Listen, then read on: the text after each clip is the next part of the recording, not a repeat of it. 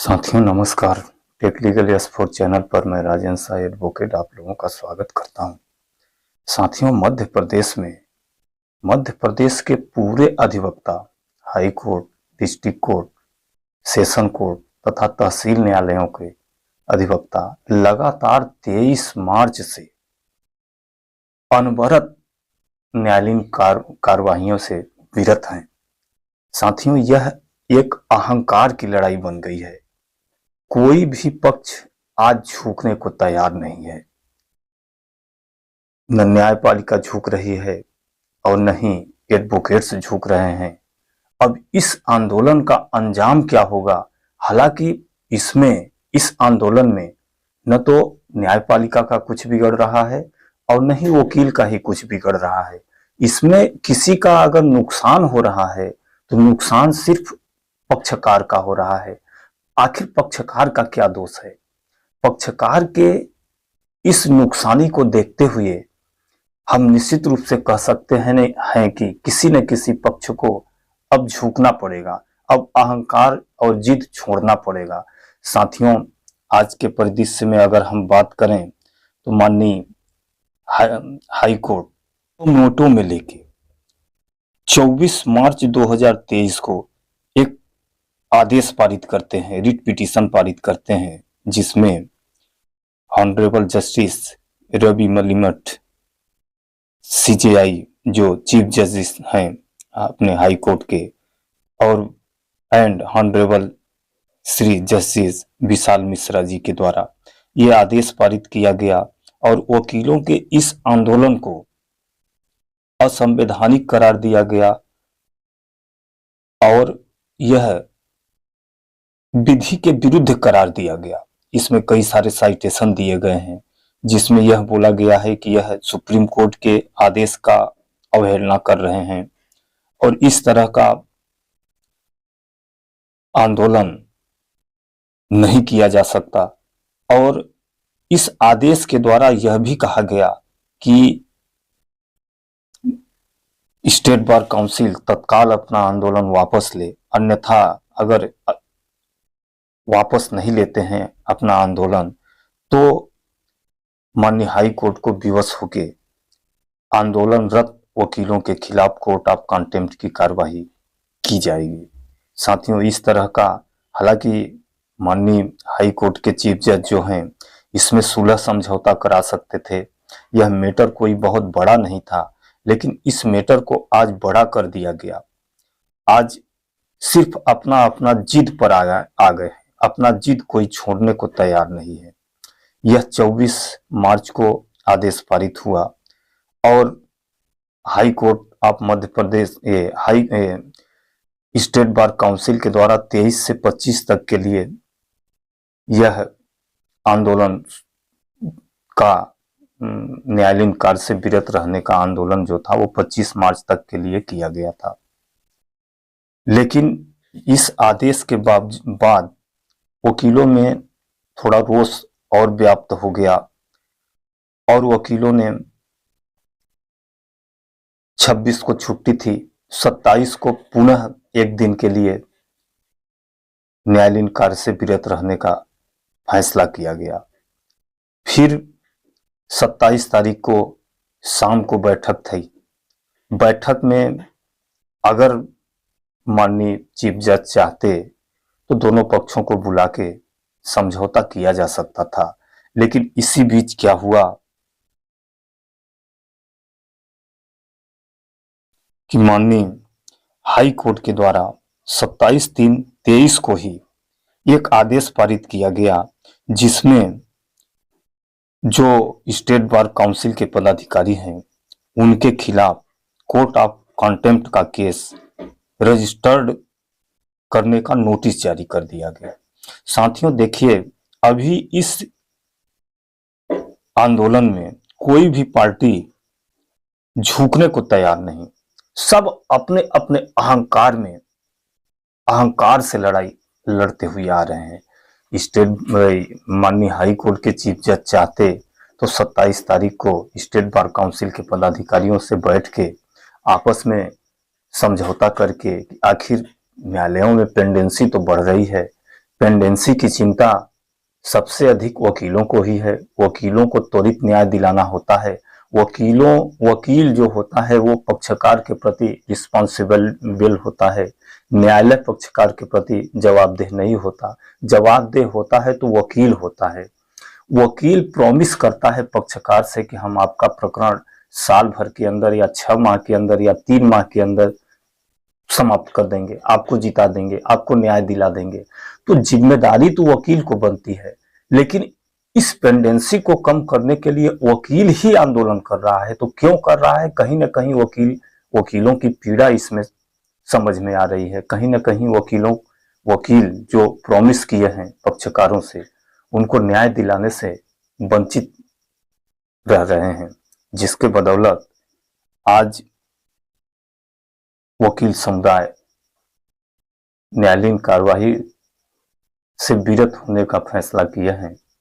माननीय high court के द्वारा जो 27 को पुनः आदेश पारित करके यह आदेश दे दिया गया कि the action of the part of the chairman of Madhya Pradesh state bar council and elected member amount to criminal contempt as defined under section 2C second and third. Therefore, the registry is directed to register a complaint case, criminal, against the chairman of the State Bar Council and every elected member of the State Bar Council, and issue notice to them as to why this court ought not to prosecute them for criminal contempt of court on account of them having complained the lawyers to obtain from judicial work, which is interfering and obstructing the administration of justice in the state। इस तरह का जैसे ही आदेश पारित हुआ तथा 8वां number में एक चीज और लिखा गया है कि any attempt by any person in restraining a counsel to appear before the court shall also render and liable to be tried for an offence under section 341 IPC। माने अगर आप किसी एडवोकेट को पैरवी करने से रोकते हैं तो आपके खिलाफ 341 CRPC ये 341 IPC के तहत भी प्रकरण पंजीबद्ध किया जाएगा तथा रजिस्ट्रार को आदेश दे दिया गया कि आप रजिस्टर करें इन लोगों के खिलाफ कोर्ट ऑफ कंटेम्प्ट का प्रकरण और नोटिस जारी करें। इस आदेश को आने के बाद पुनः अधिवक्ताओं में रोष व्याप्त हो गया और पुनः जो 27 तारीख तक के लिए एक दिन के लिए न्यायालयीन कार्य का विरत करने का फैसला लिया गया था, उसको पुनः आगामी 29 तारीख तक यानी 30 को छुट्टी है यानी कुल मिला के 30 तारीख तक के लिए बढ़ा दिया गया। तो इस तरह से हम देख रहे हैं कि ये सिर्फ जीत का प्रश्न बन गया है। आज माननीय हाई कोर्ट के जो मुख्य न्यायाधीश हैं वह अगर चाहते तो इस आंदोलन को बहुत ही शीघ्रता से समाप्त किया जा सकता था, क्योंकि इसके पहले भी एक बार आंदोलन हम लोगों का हुआ था और वह आंदोलन मात्र 3-4 घंटे में ही समाप्त हो गया था, क्योंकि माननीय मुख्य न्यायाधीश के द्वारा यह आश्वासन दिया गया था कि हम आप लोगों की समस्याओं पर विचार करेंगे, आप लोग अपना आंदोलन वापस ले लीजिए। और हमारे स्टेट बार काउंसिल के द्वारा बोला गया था कि आप 3 दिन के अंदर इस पर निर्णय लीजिए, आप हमारे समस्याओं को सॉर्ट आउट कीजिए, लेकिन किसी भी तरह का सॉर्ट आउट नहीं करने पर पुनः 23 से 25 तक का न्यायालयीन कार्य से विरत रहने का फैसला लिया गया। तो उसको सॉर्ट आउट कर सकते थे माननीय मुख्य न्यायाधीश, लेकिन माननीय मुख्य न्यायाधीश भी अपने जीत पर अड़े हुए हैं। अब ये जीत की लड़ाई में क्या होता है साथियों, आगे देखना होगा। कल जैसा कि 27 मार्च को स्टेट बार काउंसिल ने एक आदेश पारित किया पुनः, जिसमें लिखा है प्रतिष्ठा में श्रीमान अध्यक्ष सचिव समस्त अधिवक्ता संघ मध्य प्रदेश राज्य अधिवक्ता परिषद की सामान्य सभा की विशेष बैठक आज दिनांक 27/3/23 को वर्चुअल फिजिकल माध्यम से आहूत की गई। बैठक में उपस्थित माननीय सर्वश्री उपाध्यक्ष RK सैनी, कोषाध्यक्ष को चेयरमैन मनीष तिवारी, मानव सचिव, ये सब नाम पदाधिकारियों के हैं। इसमें लिखा गया है शैलेंद्र वर्मा ने अध्यक्ष से यह आग्रह किया कि परिस्थितियों में किसी प्रकार का कोई परिवर्तन नहीं हुआ है और माननीय उच्च न्यायालय के द्वारा भी समझौता वार्ता हेतु किसी प्रकार की कोई पहल नहीं की गई है और 25 चिन्हित विचाराधीन प्रकरणों से जिला न्यायालय एवं तहसील में अधिवक्ताओं के बीच व्याप्त आक्रोश को दृष्टिगत रखते हुए अध्यक्ष महोदय से दिनांक 28/3/23 से 29/3/23 तक प्रदेश के सभी अधिवक्ता गण न्यायालयीन कार्य से विरत रहेंगे, जिसमें अधिवक्ता जुडिशियल रिमांड एवं जमानत प्रस्तुत याचिका आदि का कार्य भी नहीं करेंगे। परिषद के माननीय अध्यक्ष महोदय को दिए गए सभी सदस्यों के सुझाव के आधार पर माननीय अध्यक्ष महोदय द्वारा यह निर्णय लिया गया कि उपस्थित सभी सदस्यों के सुझाव को मान्य करते हुए दिनांक 28/3/23 से 29/3/23 तक प्रदेश के सभी अधिवक्तागण अपने अपने न्यायालयीन कार्य से विरत रहेंगे। साथियों, इस तरह से यह आदेश पारित हो गया 29/3/23 तक के लिए। लेकिन 29/3/23 के बाद एक दिन शायद 30 को छुट्टी है। 30 के छुट्टी के बाद क्या यह आंदोलन समाप्त हो जाएगा? मुझे ऐसा प्रतीत नहीं होता, क्योंकि साथियों आज यह सिर्फ और सिर्फ एक अहंकार की वस्तु, अहंकार का विषय बन गया है।